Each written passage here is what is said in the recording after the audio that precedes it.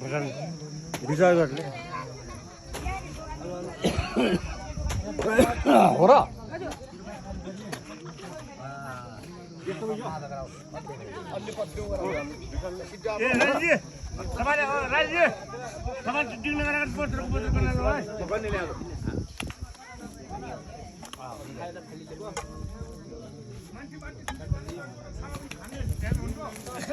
जेठा के छ मासु बिला बारो भइरहेछ हजुर भइरहेछ नि हजुर मासु पनि एकदम राम्रो रहेछ मासु एकदम राम्रो छ तिहारमा नराम्रो मासु बिग्दिन हजुर त्यही भएर दुईटा भैँसा एकदम मोटो कपुर जस्तो लिएर चाहिँ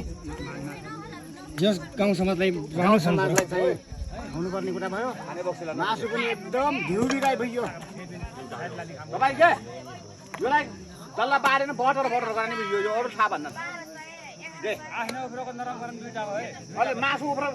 नगराने भुट नगल्छ अलग अलग गराइदियो है